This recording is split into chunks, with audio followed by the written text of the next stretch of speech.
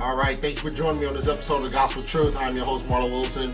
And as always, The Gospel Truth is always about engaging the culture with Christian truth.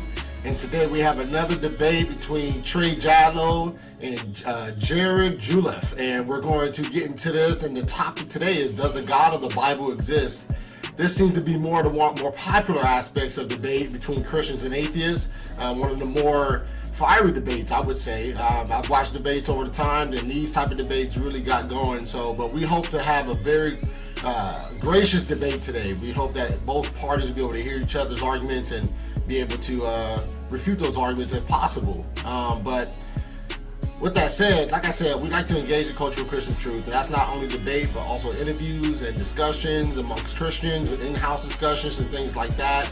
So, you know, when it comes to the gospel of truth, that's, as a believer in Christ, we always center everything that we do around that, right? And if we deter from that, if we distract from that and get too far off of philosophical discussions and, you know, get too in-depth with apologetics instead of focusing our minds and hearts and souls on the gospel, we lose track of what we're doing and what we're doing it for. And you know, so if you're watching this right now and you are contemplating some of these ideas, some of these thoughts about, is God true? Is there a God? You know, I think this particular debate is right where you need to be. You know, I think this debate will will give you clarification. Obviously, the hope for us over here is that it'll speak to your heart and cause you to repent of your sins. I'm going to get out the way. I want these two guys to get going. I'm going to bring you guys in, and I want them to introduce themselves. So first up, we have Trey Jadlow. If you can go ahead and give us a quick introduction of yourself. Sure. Thanks for inviting me, Marlon, and it's nice to meet you, Jarrod. And I just give a little bit of background about me. I'm a born-again Christian. I've been a Christian almost 33 years. Back in 1986, in the fall is when I was born again. A charismatic Christian movement, and I have migrated quite a ways to the Reformed Baptist expression of Christianity. I'm a dental technician. I make a crown and bridge work for dentists. I'm self-employed. I'm here in Kansas, in the Kansas City area. Sadly, I'm divorced, but I have 6 children, 3 boys, 3 girls, ages 29 to 16. I've always been interested in apologetics since I've been a Christian. Not formally educated. I'm kind of an autodidact, and I'm a huge fan of R.C. Sproul. And so much of the information that I will give here I got from him. And I just want to give a reference to the 2 works that have most influenced me of his work, and it's Defending Your Faith. It's his expression of the Christian apologetics, and then Consequences of Ideas, which is his overview of Western philosophy. Both of those are excellent works that are very formative in my apologetic endeavor. And I think that's about all. All right, cool. Thank you, Trey. Appreciate you. Once again, I know that you came on as sort of a spur of the moment thing for you because I asked you to come on to replace an apologist that had to step back. So I appreciate you for coming on and taking time at the moment's notice like that. So thank you again. All right. Sure.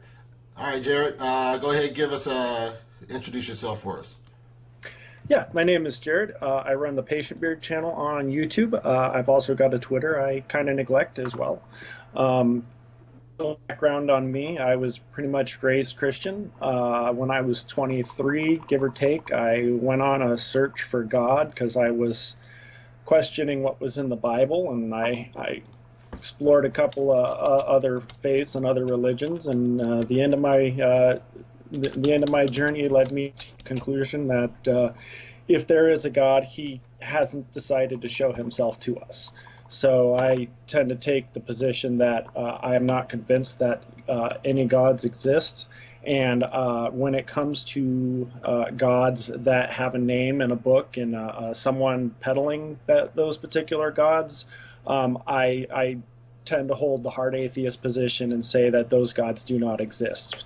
For our example, for the debate going today would be Yahweh. So that's a little bit about me and the position I'm holding here on the debate, and we'll get into it. All right, cool. Thank you, Jarrod. Once again, thank you for coming on. I know I reached out to you a couple months ago, like 3 months ago, I believe. It's been a while. So reached out to you. I appreciate you responding and coming on. I appreciate you. It's a good thing you reminded me because I tend to forget these things. All right, cool. Thanks again, man. All right. Okay, so fellas, we're going to get into this. Once again, the format is we're going to have a 10-minute opening statement, and then we're going to have basically a 60-minute discussion. I will not interrupt with any 10-minute time windows or anything like that. I will just let you guys go for about 60 minutes. And then after that, we'll have, I may have a couple questions to ask you. Depending if I hear anything that triggers a thought or anything for me wanting more clarification. But outside of that, we'll go from that 60-minute discussion right into the closing, and then we'll end it at that. Everybody cool with that? Yeah, Jarrod, is it our opening 7 or 10 minutes? I can't remember.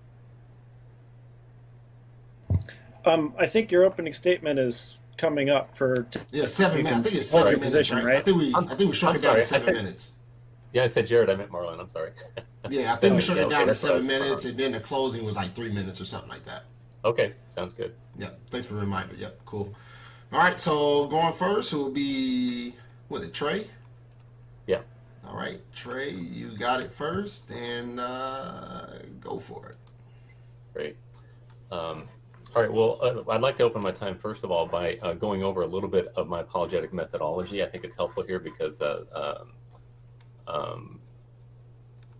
the fellow that was going to go before me, I can't remember his name, I'm blanking out here, was a presuppositionalist, and I'm a little bit different.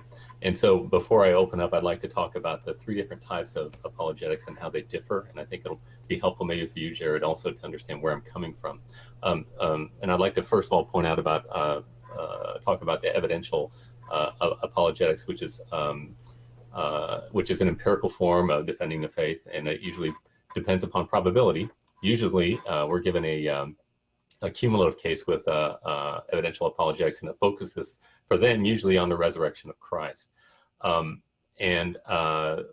they are dealing with probability. They're not making certainty. They're not making dogmatic claims. More likely than not that God exists. And then secondly, you've got presuppositional apologetics, which is, rather than being empirical, it's a rational form of argumentation. And they normally employ the transcendental argument for God. That's one of their favorite usages of defense. And they're looking for certainty, though, whereas evidentialism is looking for probability. They are looking for certainty. They say that men already know God. And so their emphasis and their interaction is going to get their opponent to admit that which they already know. But I'm a tertium quid here. I'm the third way here. I'm the classical apologist, and I'm not like the evidentialist in that I'm seeking probability or empiricism, but I'm using rational arguments, and I am also seeking certainty. Okay, and I am going to begin in my apologetic with the existence of God, and then I'm going to argue cosmologically, or it's called via causalitatis. I'm going to look at the creation, and I'm going to make a deductive argument, an argument that will give certainty rather than probability from the evidentialist. And so I like to call my argument the argument from contingency. It's again, I said it's a cosmological argument. We look at the cosmos, and then we infer to God. And in one sense, it's a scientific argument because it does. I have to have this interaction with the world in which I have, but more importantly, I think it really would be more better described, as I said, as a rational argument, because it relies on deductive certainty rather than empirical probability. And so when I come to my conclusion, it's a few conclusion that I come to. So before I begin, and I need to have two presuppositions in my argumentation. I need to have Jarrod, I hope that when we discuss this, that we can talk about this. I've never had, and he did not grant me these two presuppositions, but we need to have a couple of epistemological groundwork. It's called classical foundationalism. You will grant me that we can have basic sense perception. And it doesn't mean that I have perfect sense perception, but it means that I have enough sense perception to know that I, as the inquirer, exist. Okay. Because if we can't interact with the universe through our sense perception, we have no interaction with it. And then secondly, I need the law of non-contradiction. I need the rational coherence. I need to be able to take data that I am getting from my sense perception. I need to be able to filter it properly in a rational, coherent way. So I got to have sense perception, and I've got to have the law of non-contradiction, or rational coherence. And so those are my two epistemological foundations that I got to go from. And then from there, I go to an is that if something exists, there are only four possibilities. Either it's an illusion, or it is self-created, or it is self-existent, or it is created by something that is self-existent. And only one of those is a viable option, because if I want to say everything is an illusion, I know that I myself, as the inquirer, exist, and therefore, by way of Descartes, cogito ergo sum, I think, therefore I am. I know that at least I, the inquirer, exist because I'm the one who's asking the question. So we know that everything can't be an illusion. Everything else could be a fault. I could be a solipsist. Everything else could be fake. Could be an illusion. But I know that I myself must exist. So everything cannot be an illusion. Then secondly, we've got the universe, or if something exists, it is self-created. I could say myself. I know that I didn't self-create because I'd have to be and not be at the same time in the same relationship, and it would violate the law of non-contradiction and be irrational. The third option that I said is that it is that which exists is self-existent. That which is self-existent does not change. And if I myself change, then I'm not self-existent. I had to have my existence added to my substantial form of humanity, and therefore I cannot be self-existent. And so the only rational answer then is that I was created by something that is self-existent. And this is a modus ponens argument. It's a modus ponens is a argument, and it's a conditional statement. If P, then Q. And I say that if, for example, you could say all humans have a mother. And so I could say to Jarrod, then you, Jarrod, must have a mother. It necessarily follows from that. And so I'm saying that if there is creation, there must be a self-existent creator, because you cannot have a creation creating itself before it exists. And Jarrod has told me that I just found out right before this, that he is rather soft, as he mentioned in his opening introduction, that he's rather soft atheist when it comes to the existence of God, but a hard atheist when it comes to the existence of the Christian God. And the thing that we've got to deal with, I'm reminded that there might be a God. And so what we're going to do is we're going to focus on that. And Jarrod is going to have to demonstrate to me how my argument is not analytically true. And I've been doing this about 8 years, and I've not received one rebuttal yet, but I'm hopeful that maybe Jarrod could be the one. And he can demonstrate that it is true that something can be one of those other, one of the three other options that I gave of the four, and therefore demonstrate me to be false. So with that, I thank you for the opportunity, and I very much look forward to the interaction with you, Jarrod. All right. Thank you, Trey. Appreciate you. All right, Jarrod, it is now time for your 7-minute opening statement. All right. Well, that was a lot of that was a lot of interesting things. I've heard a lot of them. I have not heard some of them, so I think it'll be fun to talk about them. The main points that I was going to be bringing to the table today is that the Bible appears to be a book that's written by man, not by God. It has a lot of morally abhorrent advice in it. God commands his people to do a lot of terrible things in his name. God does a lot of terrible things himself. In my opinion, if you're a Christian out there, ask yourself, why do I reject Islam? And you look at Islam as a book of myths and fairy tales, and I see the Bible the same way. I see talking snakes in one book and flying horses in the other book, and I put them both into this category of fiction, and I move on with my life. I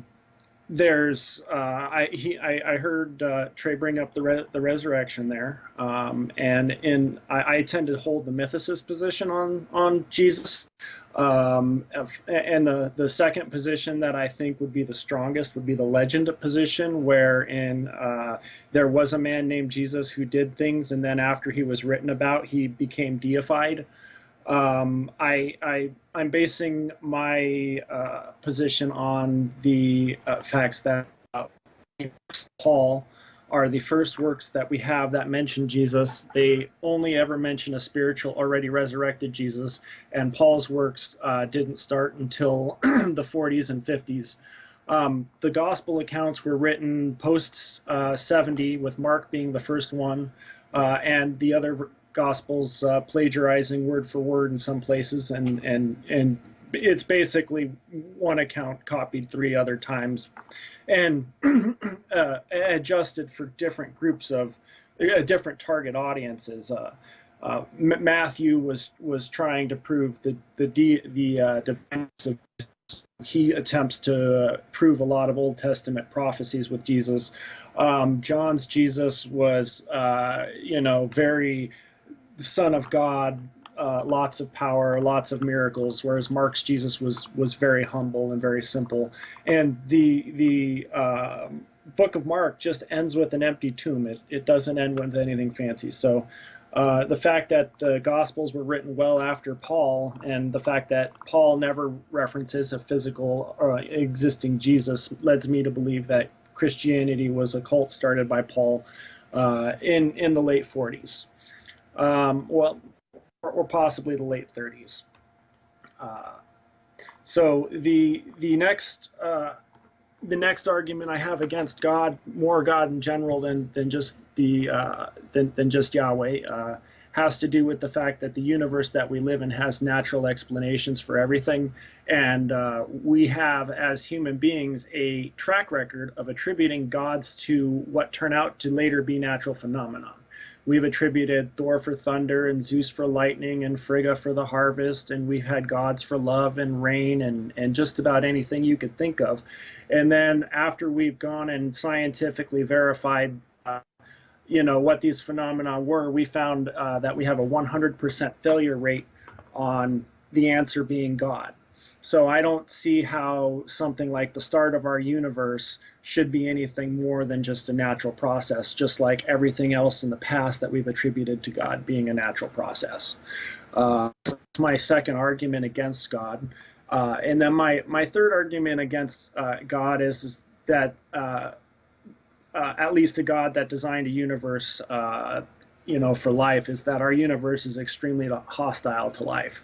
99% of it is a lethal radiation field vacuum. The mass, 99% of it is in black holes. Of the remaining mass, 99% of it is in stars. Of the remaining mass, 99% of it is in gas giants and meteorites and void barren things. And then your remaining tiny amount of this universe that can support life has to be on a planet so far away from a star with a molten core that can create a magnetic field to protect it from the universe. It's just, it all appears natural, and there doesn't appear to be anything divine or special about our universe to suggest a God. So those were the three major arguments that I was bringing to the table. I will start by addressing your two presuppositionals. I can agree with you that we can have basic sense perception. I can agree with the law of non-contradiction. I have a couple other problems with some of the other points you've brought up, but I suppose that's what the open discussion is for. So with that, I'll go ahead and yield the remainder of my time to the open discussion. All right. Thank you, guys. Once again, thank you for the opening statements. And before we go into the little cross-examination, crossfire discussion, I just want to reemphasize that let's try not to talk over each other. Sometimes it can get a little hot, a little emotional, but we want to keep that under control so that not only will you guys hear each other, but also the audience will be able to hear you as well. So with that said, I'm going to transition into that. We're now transitioning into a 60-minute crossfire discussion. Okay. If you don't mind, Trey, I'd like to start with the Kalam cosmological argument. That was the cosmological argument you were bringing up, correct? I can't hear you. I think you're muted. I apologize. Can you hear me now? Yep. Okay. More specifically, it's a contingency argument. It's similar to the Kalam cosmological argument. When I said I'm arguing cosmologically, I wasn't referring to the Kalam argument. I was saying that I was referring to a cosmological style argument. I'm going to follow most of, generally speaking, Thomas Aquinas' 5 ways, which are all cosmological arguments that were deductive in nature. Well, did you want to go ahead and go over that argument real quick? Yeah, that's fine. So I know exactly what you're arguing with. Sure. Oh, to go to my cosmological argument. Well, I'm saying if something exists, then something necessary must exist, because a contingent being created itself before it exists. And so since I, the inquirer, again, I don't even need the whole world. All I need is me as the inquirer. As long as I exist and I am contingent, then there must be something self-existent that is non-contingent or necessary in being that can give being to me. Otherwise, I wouldn't exist. Okay, so how did you determine that the necessary thing that exists isn't just the universe? How did you determine that there was some intelligent beyond the universe that would have created this universe, and that this universe isn't just the contingent entity? Does the universe change? I don't see why not. Okay, well, if it changes, then it's contingent by nature, because that which changes is affected by something other than itself in order to affect the change. So by definition, something that changes cannot be self-existent. And you can't have self-exist. You can't have dependent. So then, does God doesn't change then? That's right. So he doesn't learn or get smarter or why did he decide to create the universe then if he doesn't change? Why did he go eons and eons and eons of just existing before he decided to create something else? Well, in his decree and in his decision, he is not changing. You're putting God inside of time right now. God is not subject to time. Time is the measurement of change. So therefore, God must be timeless. There wasn't a time when God decided, oh, I think that I will create the universe. There is no potentiality whatsoever in God. So to try to God as something that is affected by time, you're misdefining him and saying that he is something that is contingent rather than self-existent. Oh, okay. So you're basically saying that because the universe can change, something had to do it. Is that effectively your? Well, I'm saying at the very base level, it is a complexity of ontological being, to be complex. I'm sorry. But my whole point here is how did you rule out a natural process for changing the state of the universe? As because it seems to me to say that if our universe changes state, we can't explain that, right? So how did you rule out a natural process for changing our universe state as opposed to something external like you're trying to posit? Well, what do you mean by when you say a natural, you're a contingent being, right? I'm sorry, say that again? When you're positing a natural process that brought about the universe, you're saying that contingency brought about itself out of nothing. No, my position is that the universe has always existed, and a natural process caused its current iteration to happen. Okay, is that natural process then self-existent? Is it self-existent? I don't know, yeah, because I don't know what caused the universe. Well, yeah, you do know, because you know that contingent being cannot create itself before it is, right? If something is complex, it needs a composer. But the universe isn't complex. The universe is very simple. Okay, so then it doesn't change. That which is simple doesn't change. How did you determine that? Well, as I know that if something changes, it's dependent upon something outside of itself in order to enact the change. So, for example, when you get sunburned... How did you determine that applied to the universe? By logic, the law of non-contradiction. That's why I asked it as a presupposition. Something cannot be and not be at the same time in the same relationship. It cannot affect itself. If it doesn't exist, it cannot affect itself. I'm still failing to figure out how we ruled out a natural process, though, because what you're saying is the universe can't affect itself.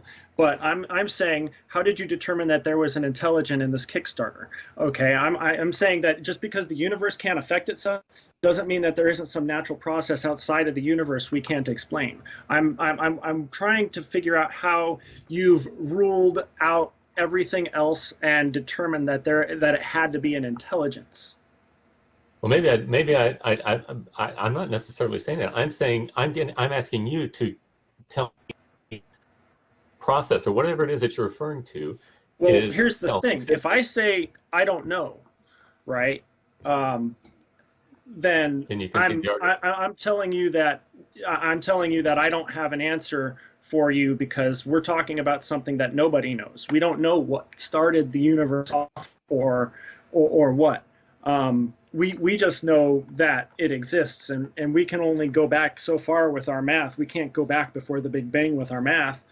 So we know the universe exists. We don't know how we got here. We don't know how it got here. So 2,000 years ago, we thought lightning was the result of a god. A god was angry and beating his hammer in the clouds, and this was lightning and thunder and all these things. And then we came along and we learned that, if I had said what causes lightning, I don't know, it would have been a better answer than what causes lightning for example, or Zeus, for example. Got to get my gods right. So when we look at it and we look at something that we don't know, and we say, I don't know what causes this. When we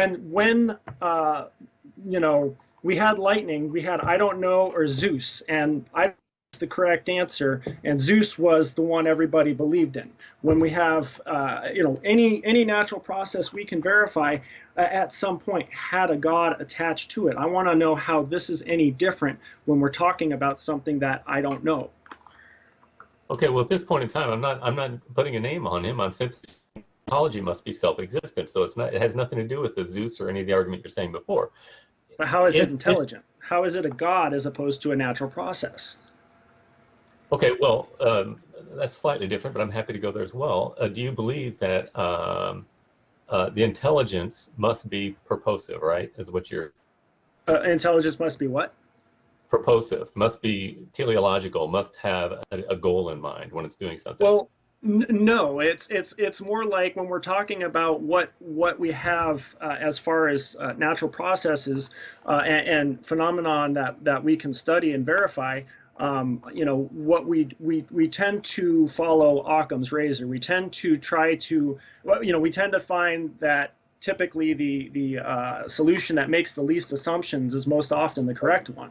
And so when we look at the universe, we can say we have an entity and it exists, and that entity is the universe. And as a result of an unnatural process, it has changed the state into what we have today. Or we could say we have an entity and that entity is the universe. And as the result of another entity that we don't know where it came from and we can't explain, that is also intelligent and also powerful enough to create universes, created this universe. So we have 5 or 6 different assumptions that we have to tack on. And then if we want to start adding in Christian qualities like omnibenevolence and omniscient and all that stuff, now we have to make like 3 or 4 more assumptions on top of that to get to the Christian God. So I want to know, when we look at things from an Occam's razor point of view and we cut off all of the extra arguments, how did you determine that we should add an external agent to what we can observe? Okay, well, I didn't violate parsimony or Occam's razor. In fact, I gave an answer and I said that whatever it is, it must be. And your rebuttal to that is to say, well, I don't know, but that's not a rebuttal. No. Well, yes, but my point is that if we assume the universe was created by a natural process, we have one assumption. If we assume the universe was created by God, we have more assumptions. We have to assume an entity first exists that's not the universe, that exists outside the universe.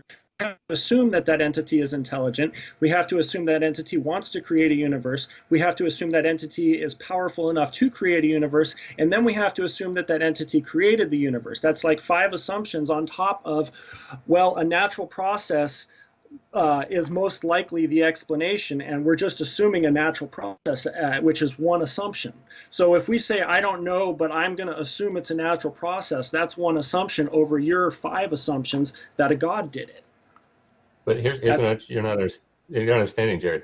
You're saying that natural processes created the universe creates a fallacy.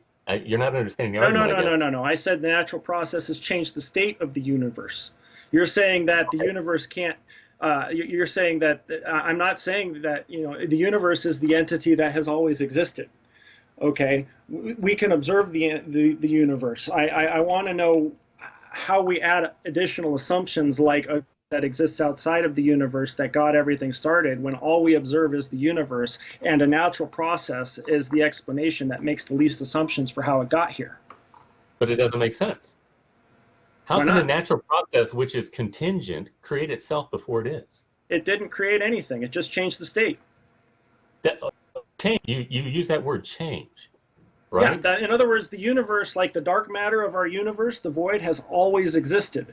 And then due to a natural process, energy and matter and antimatter, or I guess depending on which physicist you talk to, were separated as opposite energies from each other, and the end result was what we have here. So we have we have our own little pocket of the universe just expanding in the middle of the great void that is the universe, that is everything that is and has always existed. So when people talk about the multiverse, they're talking about fireworks going off in the void. It's not necessarily that somebody else is multiverse exists in a different dimension. It's that somebody else's multiverse just is so astronomically far away in the void that it's feasibly unreachable. Yeah, You know, multiverse doesn't. Not so only does we observe that the universe is here, and so my point is we don't need to explain how the universe got here. We just make the simplest assumption and say the universe has always existed, and then we just need to say how did it change state, and then the best explanation that makes the least amount of assumptions is to say it is most probably a natural phenomenon. Okay, so let's try this. Let's imagine the entire set of your existence, of what you believe in. Is that entire set subject to change? When you say change, you're talking about changes within the natural laws of the universe, or are you talking about something like gravity reversing or something? Because our universe seems to have rules, and our universe can change. Right. And that's the point. If it is changing, it's not self-existent. It is made up of act and potency. In other words, it has its ontology, but it also has to be given the existence to its ontology. Everything that changes, how did you determine that? Of itself. Because of logic. It's a law of but you're just defining it into existence. No, I'm not. I'm saying something cannot create itself before it is. Do you not disagree? But it didn't. You said that it didn't. It created itself again. I'm saying it changed state, and I'm saying that what caused it to change state is most probably a natural process. Even if that natural process exists outside of space and time somehow, it still makes a lot more sense than an intelligence that exists, just has always existed. Like you're just. We have evidence that the universe is here, and we have, and you want to attach extra baggage onto the evidence. That's my problem. You're just attaching extra baggage onto it, and you're saying that because the universe changes state, something external to it had to change its state because I've defined it that way. But we're talking about something we can't know. Nobody can know. Nobody has ever observed a universe coming into existence, and nobody has ever observed one dying. It's not something that we can know. So to just assume that there's some kind of intelligence beyond that, once again, is just a straight violation of Occam's razor. It's not, because Occam's razor requires that the proposal at base is coherent, and what you're giving me is an absolute incoherent perspective. But it is a coherent perspective, because if you're telling me something external to the universe is required to change the universe, and I've granted that, and I've said that external thing is still most probably a natural process, how do we get to an intelligence? Okay, that's fine. So you concede the argument that you cannot have contingent being without necessary being. Will you just grant me that? I'll concede it for whatever it is you're talking about. Okay, so there's got to be two ontologies. There's got to be that which is dependent and that which is in schema. You can't have everything be dependent and then have nothing on which it depends. But that doesn't make any sense, though, because we're talking about the universe. We're talking about something that we don't know. So you're just asserting that it had to have a cause outside of itself when we don't know. That's why I asked for the law of non-contradiction as a fundamental premise. And you're wanting to be irrational, and I'm saying we cannot be irrational. Explain to me what is fundamentally contradictory about having a universe being able to change state without something else, without something external to it. How is the universe being able to change state without something external to it contradictory, self-contradictory? Its nature is dependent, right? Its nature is to be dependent. The nature of the universe is dependent. Dependent on what? It's dependent because it changes. When change, dependent by definition. So you're just defining it you're just defining it that way then. You're just defining our universe as dependent, and therefore it's dependent. No, I'm saying that which changes is dependent. Do you agree with that? No. So something can change. Dependent on natural processes? Dependent on what? Well, when you change, are you affected by something else that gives you that change?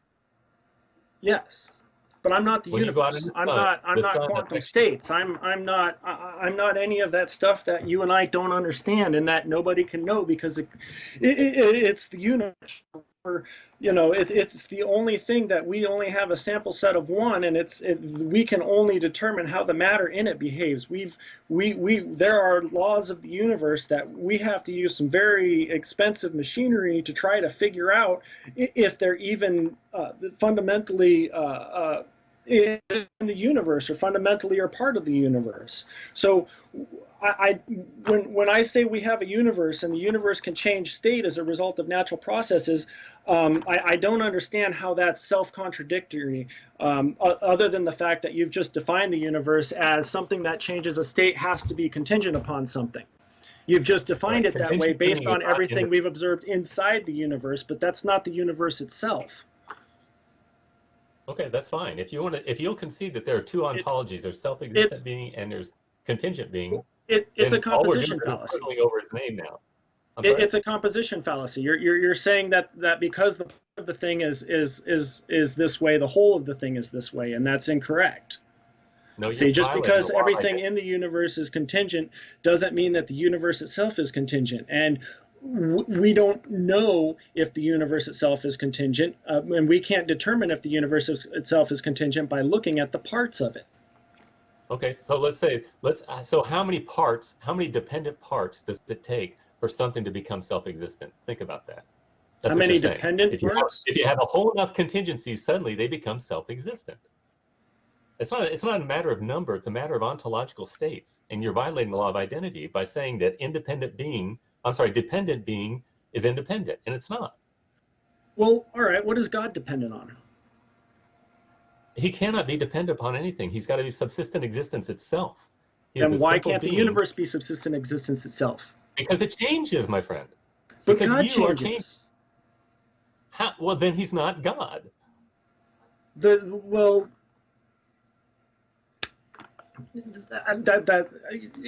just saying it's not the thing we observe. It's something else. It's a bigger mystery. No, I'm not. I'm saying what you're saying is incoherent, and I'm saying the only thing, according to Occam's razor, I'm sorry. You've told me my argument's incoherent because because the universe cannot be self-existent, and now you're telling me that God is not incoherent, though, because God can be self-existent, and your whole premise is based on the fact on whether or not the self-existent thing can or cannot change, which you haven't demonstrated necessity. You haven't demonstrated that, and you can't demonstrate it because it's something unknowable.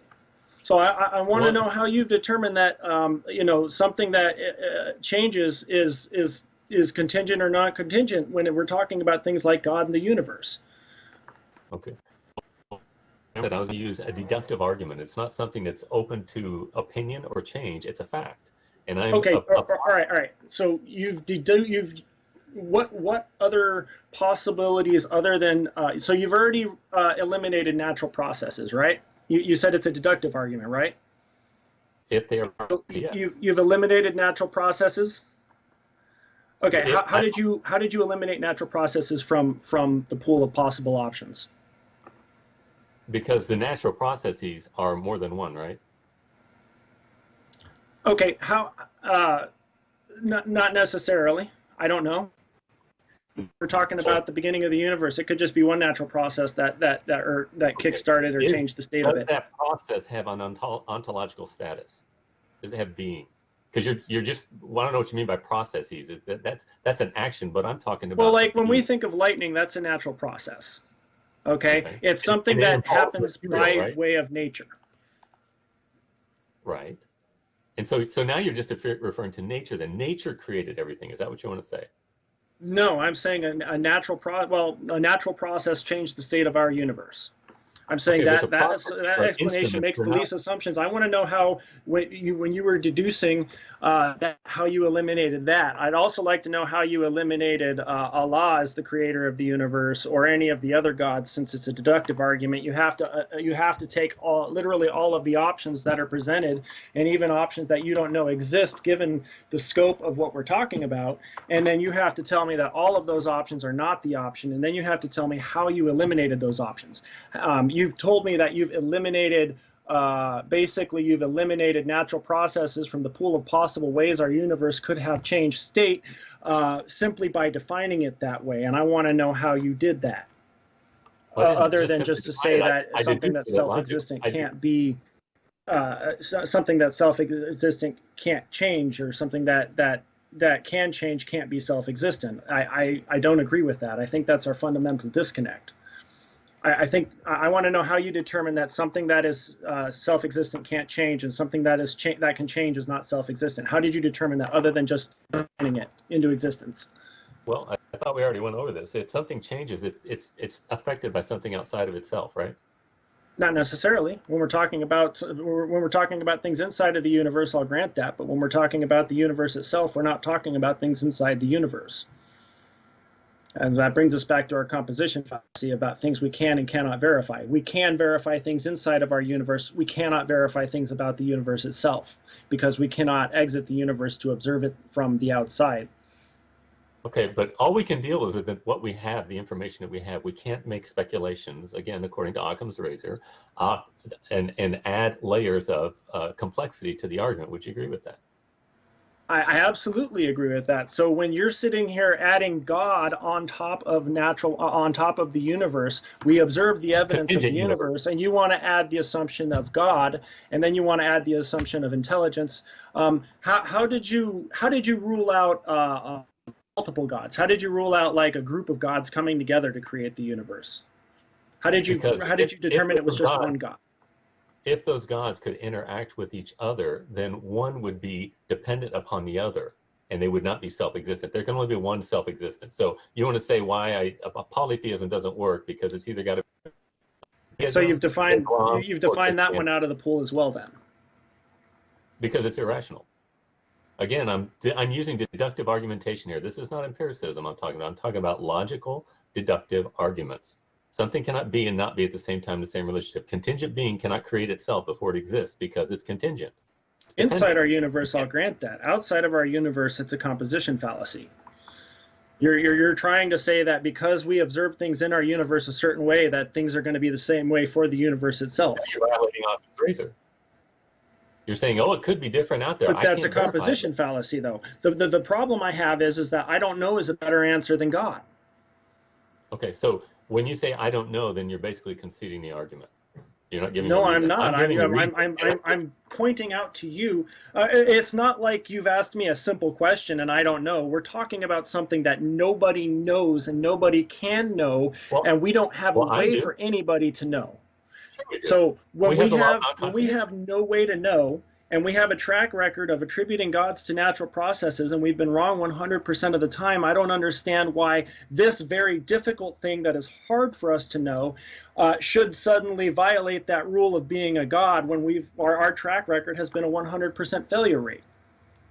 Our track record has been abysmally stupid since the Enlightenment, because we become scientisms, or proponents of scientism, which basically says that matter is all there is, and it's ridiculous. Well, matter is all that we observe. Well, no, we don't observe matter only. We have realities like 2 + 2 is 4. Those are not wooden structures in the top of our brain. Well, yeah, but if we wanted to, those are abstract concepts, and if we want to demonstrate abstract concepts in reality, we need something in reality to ground them to. When we say 2, we think of a quantity of something. We think of a pile of stones or a couple of apples or whatever it was in school that comes into our head. Or you know, we spatially create a spot for it in our brain when we think of the concept of 2. So even though it is an abstract concept that does not require matter to exist, it does require the matter in our brains to have in such a way that understand it to be that way. So the abstract concepts are still grounded in matter. They're just grounded on top of something that's more complex than we understand, like the brain. So the abstract concepts gain their ontology from the matter. Is that what you're saying? No, I'm saying that matter is all we observe. And when you consider abstract concepts, they too are dependent on matter, but they can exist. But when you say matter is all there is, I say matter is all that we observe. Even if we can't observe the matter involved. You just conceded the abstract concept of mathematics. I just conceded the abstract concept of mathematics. Yeah, and well, yes, I know, except that my point is that two does not exist in reality. We cannot observe two without matter being associated with it. I cannot just observe two. I have to have two items to observe. Okay, so when we're talking about the universe and what exists in the universe, and you say matter is all there is, my answer to you was matter is all that we observe. Okay, that doesn't rule out abstract concepts, but that points to the fact that matter is the only thing we observe. And I guess we've never observed supernatural. We've never observed magic. We've never observed resurrections, people walking on water, or any of that fun stuff. So if we, if I need to guide the argument to be, to focus on my point, that's my point is that we observe material, we observe, nature, and we observe reality. We don't observe supernatural phenomenon. We haven't been able to repeatably or reliably demonstrate any kind of supernatural phenomenon. So yes, in that aspect, matter is all there is. Okay, so then mathematical principles derive their meaning, their being from matter, right?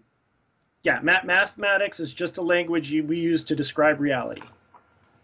Okay, so are mathematics changing? Yeah, it's just like all languages evolve. Really? It doesn't. Mathematics. If math changes, reality doesn't change to conform to math. Math changes to conform to reality, and math changes based on who's using it and what language they're using it in. And like for example, there are some symbols that they still use in Europe that if you wrote them on a board, an American mathematician might take pause at it for a second. But for the most part, mathematics, thanks to the internet, has become largely unified. But it is just a language we use to describe things, and we can add to it by saying, well, I want to create something that is a unit measurement that is this long, and then we can start using that if we want to, and then we can integrate those measurements into that specific field of mathematics. But for the most part, it's just a language that describes reality. So mathematics is not universal. Mathematics itself is universal, but mathematics as the language that we write out with numbers and symbols and all of that, like if we tried to send that to aliens, they would have to figure out what our symbols meant, but they would be able to, once they figured out our symbols and figured out our syntax of the language, they would be able to use the math to describe their reality. So it's unchanging. As a concept, math is pretty universal. As a language, the way we use it and talk about it, it can change. Yes. It can change. Yes. Not our expression of it. I'm talking about the principles themselves, not the principles. Like, give me an example of a principle of mathematics. When you say the principles of mathematics, 2 + 2 is 4. 2 + 2 is 4. Okay, so basically, addition, those kind of things are the same. They express differently. Right. There's analytical truth, and it doesn't change. Right. 2 + 2 always equals 4. Yes. Okay. So therefore, if it is true that 2 + 2 is 4, it doesn't change, then it cannot have its ontology in matter, which is by definition changing.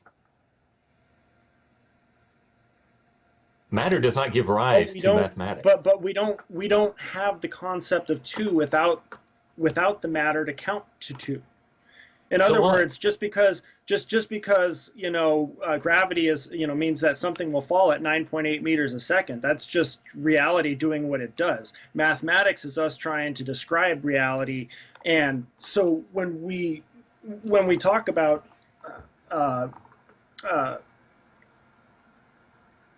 I'm sorry, my brain just blinked your last thing you were saying. You were saying if 2 plus 2 is 4. Can you repeat that for me? Then it does not derive its ontology from changing matter. It is something that's separate from matter. Okay, so the matter. The thing is though is if we don't have matter, we don't have a way to quantify things. If we don't try to if we don't try to quantify things, then we can't derive the universals of mathematics anyway.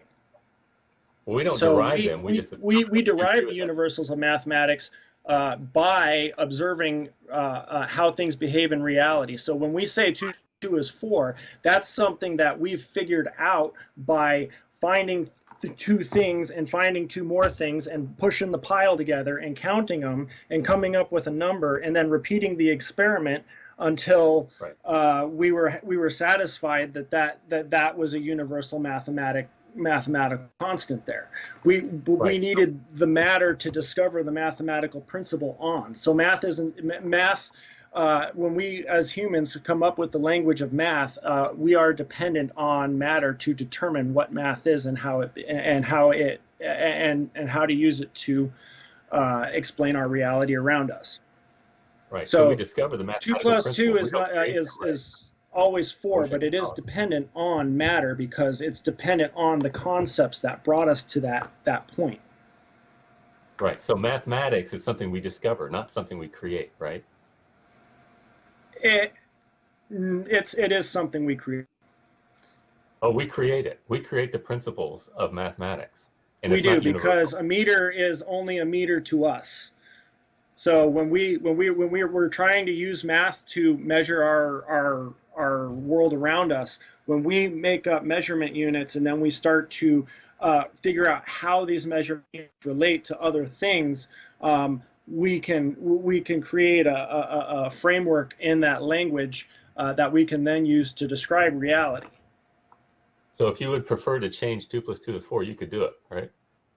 No, but if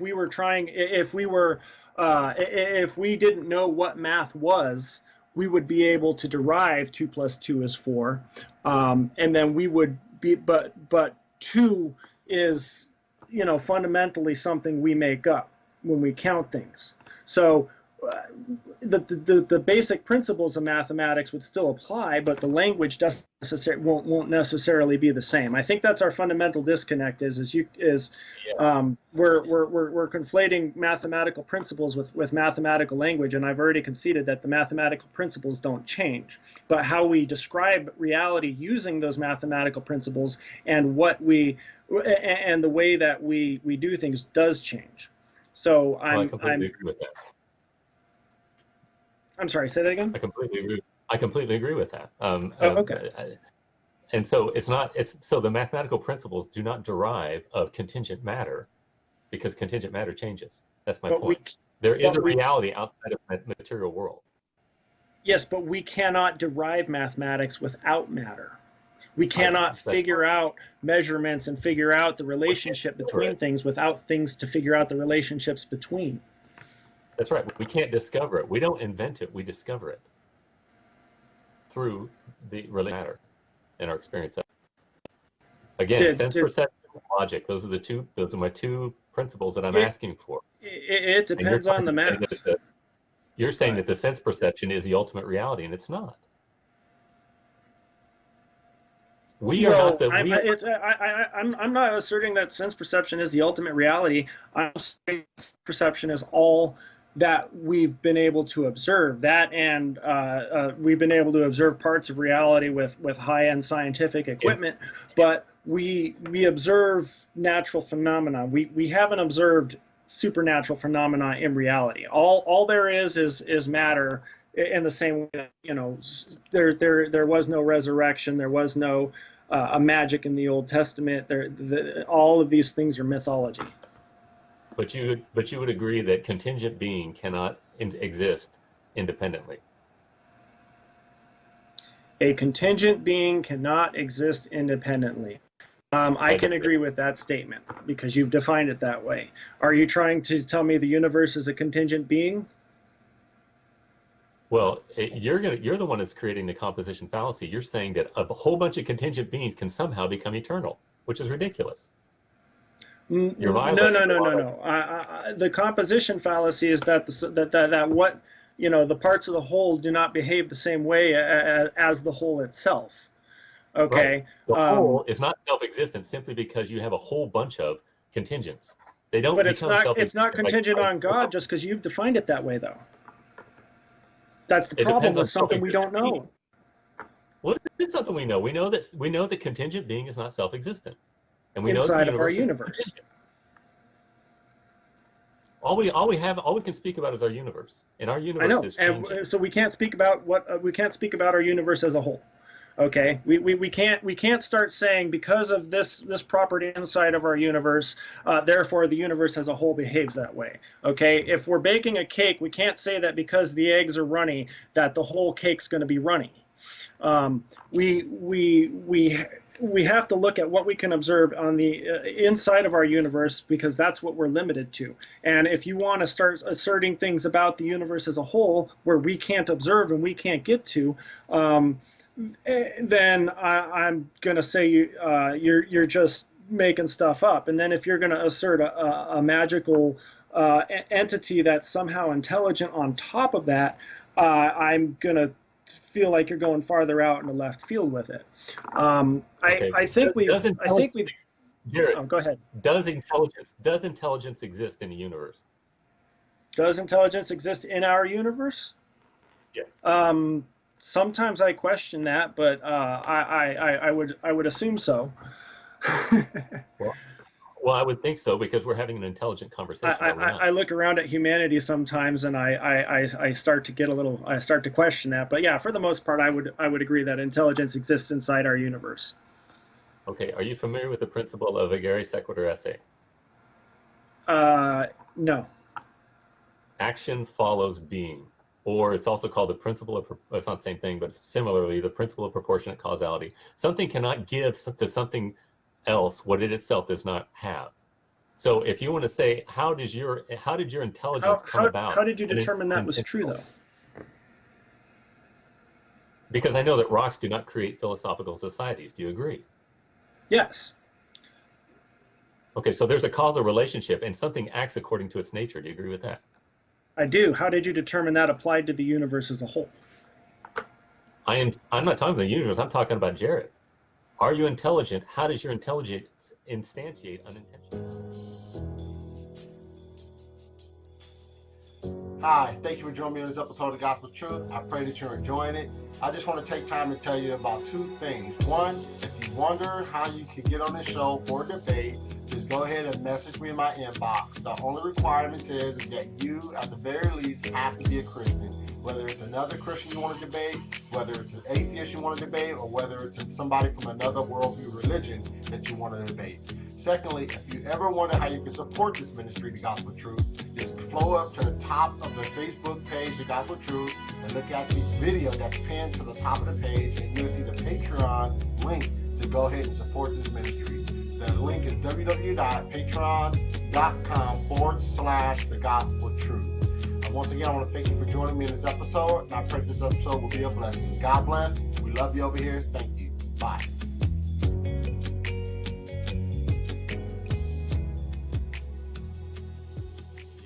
Instantiate unintentionally.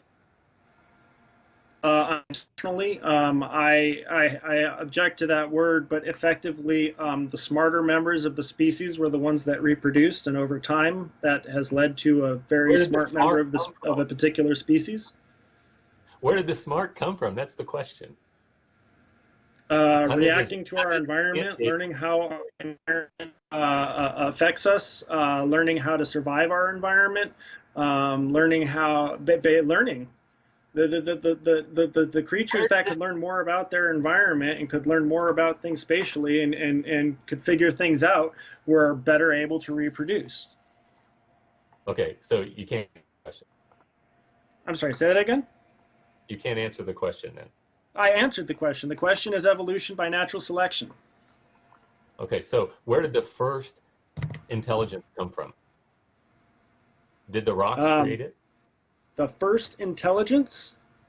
Yes. I guess on you know what you're talking on what level you're talking about, because you know intelligence isn't a binary operation. It comes in degrees, and over the millions of years, as brain sizes got larger and as more and more nervous tissue was generated, and progressive child populations of the species, larger brains developed over time. Okay, so you can't answer the intelligence developed by natural selection. We don't have to. You're acting like we have to have intelligence to get to intelligence. Is that your argument? Yes. Do you agree that intelligence is teleological? Is teleological. When you're using the word teleological that way, you're talking about. I'm sorry, I didn't hear you. You're goaling to. You have a purpose in mind as you had this conversation, right? Right. So you are intentional, right? Right. Okay. How did your intentionality instantiate unintentionally? Unintentionality cannot intend intentionality. But you're saying the entire universe is intentional. Okay, but we're not talking about intentionality. We're talking about intelligence. You were asking me how intelligence got here, and I told you intelligence was a result of the surviving members of the species. The smarter ones lived. The dumber ones died.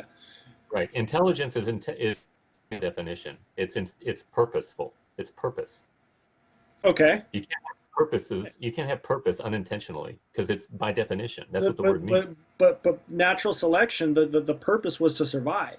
The species members that wanted to survive and were intelligent enough to do so did so. That was their purpose. This developed over a long amount of generations of just beings that weren't very smart, but were very automated to the point they could reproduce. At the very beginning, we just had chemicals, and then over the then God spent 850 years with bacteria, and then multicellular life arrived, and then it was just a matter of what life survived. It was very dumb. It was very unguided. Cells would divide.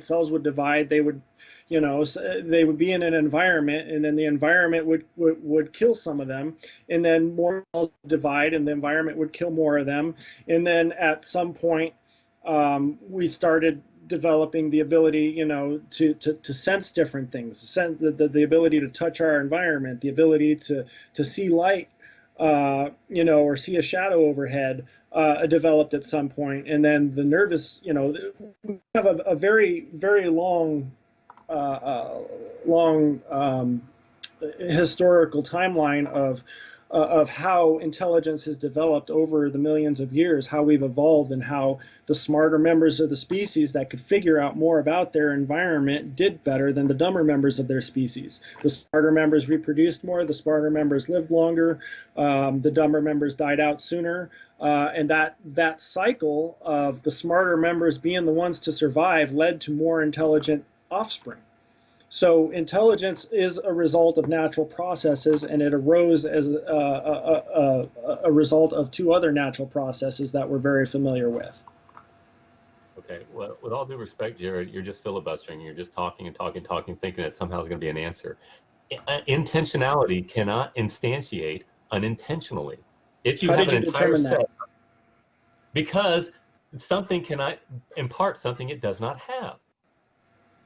Okay, but we're not talking about. We're talking about if I have a child, is it possible that child could be smarter than me? Yes, it is. Because is it possible that child could be dumber than me? Yes, you passed on intelligence. Is it possible that the result of my child's intelligence could be based on my genetics and how they've mutated when I passed them down. Absolutely. Okay, so when we go back to my parents and their grandparents and their grandparents and their grandparents, we just keep going back to stupider generations, okay? My grandparents were kind of dumb. Their grandparents were a little dumber. Their grandparents were a little dumber. Their grandparents were a little dumber.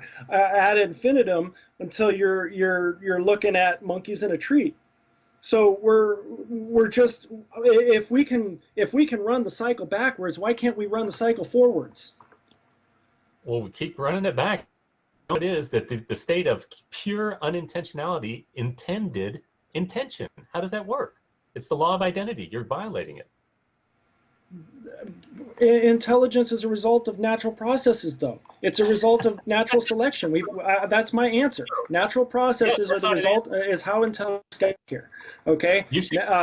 We had just so story. we have evolution by natural selection. And then we have traits, and some traits come about by a random mutation, and some traits live and some traits die. Sometimes, a very long time ago, when we were very early in multicellular, something developed the trait of nerve tissue, and that nerve tissue allowed that creature to do better. And then slowly over time, its generation was a little smarter, next generation was a little smarter, 100 million generations later, here we are. Like we can explain this with science based on the evidence. I don't understand why you're correct just because you're asserting that intelligence just can't come from natural processes when we've observed that it comes from natural processes. This is the third time that you basically just said the same thing over and over and over. It doesn't matter. You're saying it over and over. Doesn't make it true. You're asking me the same questions. Well, you're saying that unintentionality. You're steering the ship. What's that? Huh? I said you're steering the ship. I'm steering the ship? Well, yeah. I guess maybe not, but I'm asking you. You keep asking me. How did I determine that intelligence could come about from non-intelligence? And I just told you how. Evolution by natural selection. Intelligence is a trait that was selected for. You're laughing at me like a creationist. I don't get it. Do you believe in a 6,000-year-old Earth? I am a young Earth creationist, actually. You are a young Earth creationist? I am. That's the only thing that can be compatible. Okay. Tell me about Noah's flood then. I want to know. I want to know how all of the sea life lived when the fresh water and the salt water mixed, because that would have killed all the sea life and all the fresh water life. I want to know how you crammed all the animals into the ark. I want to know how the ark didn't grow out of the water from the methane buildup from that 1 meter hole ventilation in it. I want to know why Noah's children were just hold on, Jarrod. Slow down, Jarrod. That 1 meter hole. Jarrod. I want to know why all the animals didn't suffocate. Hey, Jarrod. Hey, be cool, I didn't know man. you were a young Earth creationist, or we could have dove right into that at the beginning. Jarrod, be cool. Hey, Trey, y'all hear me? Do y'all hear me? Yeah, no. He can talk now. Okay. I've asked like 5 of my questions about the ark. We want to stay on. We don't want to talk about young Earth creation. We don't want to talk about Noah's flood. We could perhaps talk about that in another conversation, but this is about. Noah's flood is still relevant to whether the God of the Bible exists, which we haven't even gotten into yet. We want to. Let's try to stay on topic, though. All right. All right. Let's move on to let's move out of the cosmological realm here, since it doesn't seem to be getting us anywhere. I would like to ask you why the Bible is full of bad advice, like owning slaves, and why God was commanding His people to do bad things, like enslave other nations, and why the first 5 commandments of the Bible were about God's vanity. Like why should I take the Bible seriously when the main antagonist in it is just such an asshole? Okay. Come on, Jarrod. Language. I apologize. All right. I'm used to talking on my own channels. What you mean by bad, Jarrod? Well, like for example, Moses, you know, a lot of things. Moses gave down a lot of bad laws regarding slavery. Women were pretty much supposed to be No, treated I'm not as asking the for property examples. of their fathers, to be sold off as wives, slaves, and concubines. God commanded his people to go in and slaughter all the Canaanites and slaughter all the Midianites. And then they ended up taking all of the Midianite women as slaves.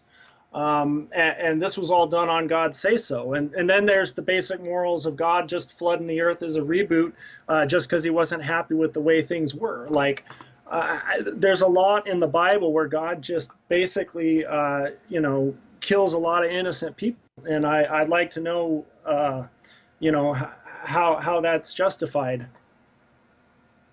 Okay, well, I would love to have a conversation, but it's kind of hard here. It seems like you filibuster every time I ask a question. You didn't answer the question. What do you mean by bad? I don't want examples. I want to know what you mean by What do bad. Is there I some mean kind by of moral bad? law you're I apologize for missing that point and just going on to things I thought were bad. Like slavery, for example, is bad. Owning Why? other people's property, invading other people's Why? lands is bad. Slaughtering Why? all You're of doing them, it again. genocide is bad. Flooding the earth is bad. Um, uh, those are all things that are bad in my book, and that's why I use them as a. And you said that you misunderstood the question and you did it again. Why is it bad? I don't want examples. I want to know what is bad to you. Oh, why is it bad? Why is like slavery bad, for example? Is that your Yes. question? Oh, because it causes harm and injury to other free sentient beings. Sinful. Say that again? Harm is sinful in your book. Yeah, violating anybody's free will what I would consider a violation of rights. So you would call it And I sinful. would consider that bad because it You violates would call it, someone's rights and would it you takes call away their free will to do what they want to do when they're not hurting anybody else. the level of we're going through here? Okay, so what do you mean by rights? This is unbelievable. Well, like uh, basically, I breathe air and I have the right to breathe air, and you like to breathe air, and so because you and I both like to breathe air, we've agreed not to suffocate each other, and we consider those to be basic human rights. That's something Okay, that just society in general is a concept society in general has come to accept. I don't so you're necessarily agree with everything that society agrees is a right, but we do have some basic grounding points in most societies, which usually revolve around not causing harm and not restricting freedom. Those are usually the two general goals, moral goals that we have in a society. And based on those general moral goals, we can derive a moral system that is pretty much mostly objective from it. So, for example, if we say our goal is to increase human health and well-being, don't steal and don't kill just naturally rise to the top of the list of good morals, and that's based on those goals. So if you want to choose, each set of goals, either to increase human well-being or to increase human freedom, I usually try to base my morals on either of those two goals. I think that those would be a good foundation. okay. So would it be fair to say that in your moral code, everything revolves around the sanctity of existence? Everything revolves around what? You cut out? The sanctity of existence. That existence is special. Um, I think my moral code is a little bit more about being treated well by others in society and not treating them poorly in Right. reciprocation. I guess my moral code would be a little closer to Hammurabi or the Golden Rule or something. Okay. Which centers around the sanctity of existence. That existence is special and we should respect it, right? No, the sanctity that's not what it revolves around. It revolves around respecting. It revolves around the fact that I want to be respected, so I respect other people, and everybody in society understands that they want to be respected, and so when you show them respect, they show you respect as a courtesy, and that leads to a unified. That leads to the basis for my morals, is the fact So that I want to be respected, and I want to be treated with I don't want to have harm come on to me. So, so we are determined then to value existence, right? It's the kind of creature we are. Because existence is not the same thing as respect. Respect is to value somebody's existence.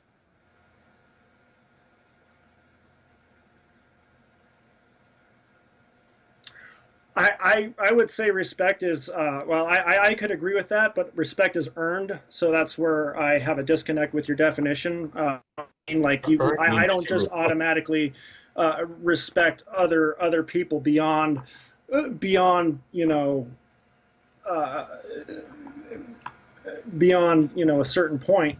If you want me to respect you beyond a certain point, it has to be earned. But yeah, I guess I can agree with that. Okay, so at the base then, your moral code is based on a belief that existence is holy, if you will, and it should be respected. I would add that existence is also equal. We have no right to be above or below someone else. So I would say that our existence is equal, and because of that, we should respect other people because we are equal to them. What about flies?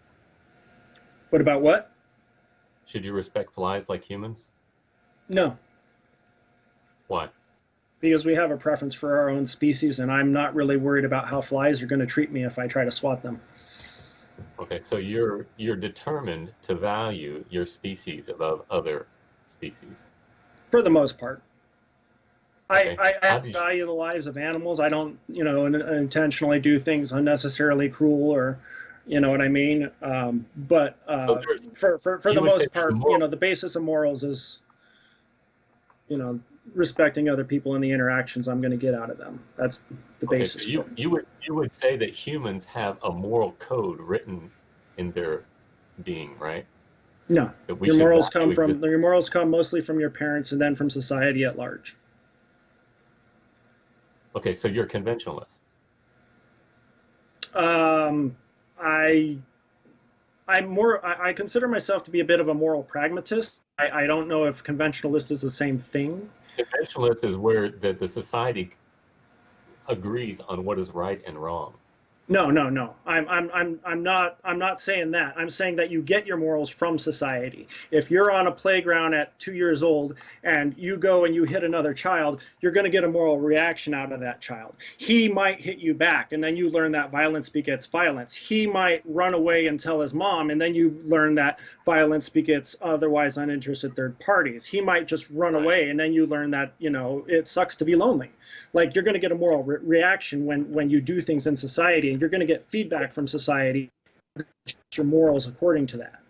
Right. So there's a determination among mankind that we all have this idea that existence is special. And when you violate that, you are doing bad. And if somebody doesn't do that, we call them sociopaths. We say that they have a pathology. They're ill. Would you agree with that? I would agree with that, and I would say that the fact that sociopaths exist debunks your own argument, because if they're sociopaths, then there are people that don't have this God's law written on your heart you're trying to push. Then why do we punish them? Why do we punish them? Because the point of a punishment is to act as both a deterrent and as a method of rehabilitation. So just because you don't feel remorse for doing bad things doesn't necessarily mean you're going to be a criminal. You can still not have a lot of these emotions, and you don't necessarily, you can make decisions in life that are, in your own best interest, which are not robbing other people and not being chased down by the cops. So just because you're a sociopath and you don't have this inherent sense of emotional right or wrong or empathy doesn't necessarily make you out to be a murderer. You can still learn murder is bad the old-fashioned way and still follow those rules. Just because a sociopath only cares about themselves doesn't mean that they are going to do things that are against their own self-interest. But if they do, there's something wrong with them. There are plenty of people who aren't sociopaths that do wrong things. So yeah, I guess if they do bad things, there's something wrong with them. That's why we, like you mentioned earlier, that's why we set up a prison. That's why we have a punishment system. Are we about done, Marlon? All right. Yeah, that's 60 minutes right there, fellas. I appreciate you guys for having such a healthy discussion. I have some questions, and I want you guys to see if you guys be able to respond to them. So my first question has to do with contingency. When we're considering contingency, how does that, if we don't properly articulate contingency, first I would like both of you guys to define contingency and see if we fall on the same page. Go ahead, Trey. For me, contingency just means dependent in our being. And my argument is taken from Romans chapter 1. Paul says that we look at creation, in which we're looking at everything that was created, and we know that God, who is uncreated and self-existent, had to give instantiation to this creation. So you cannot have contingent. Contingent just means either could exist or not exist. It's dependent in its existence. And therefore, when we look at this dependent existence, we know without a shadow of doubt that we had to be made because we could not have made ourselves before we existed. And that's the crux of the argument. Okay, what about you, Jarrod? Do you agree with that definition?